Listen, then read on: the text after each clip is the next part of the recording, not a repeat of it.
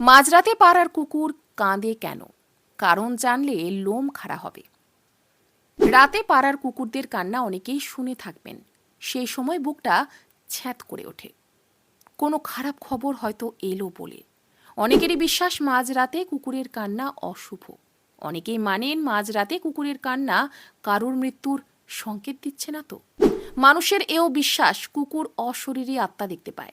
রাতে কোনো প্রেতাত্মা দেখতে পেলে আর্তনাদ করে ওঠে। কিন্তু এসবই মানুষের ভ্রান্ত ধারণা ছাড়া আর কিছুই নয়। এগুলো শুধুই কুসংস্কার। এর পেছনে বৈজ্ঞানিক কোনো কারণ নেই। বিজ্ঞান বলছে মানুষের মনোযোগ কাড়তে কুকুর রাতে কেঁদে ওঠে। গবেষণায় দেখা গিয়েছে পুরনো এলাকা ছেড়ে নতুন এলাকায় এলে কুকুরের মন খারাপ থাকে। সেই দুঃখ থেকেই রাতে কুকুর কেঁদে ওঠে। অনেক সময় মানুষের পরিবার থেকে বিচ্ছিন্ন হয়ে গেলেও কুকুর মাঝরাতে কেঁদে ওঠে। কোনো দুর্ঘটনায় আঘাত পেলে বা শরীর খারাপ থাকলে কুকুর রাতে কেঁদে ওঠে। এই কান্নার কারণ সঙ্গীকে জানান দেওয়া। কুকুরও ভয় পায়।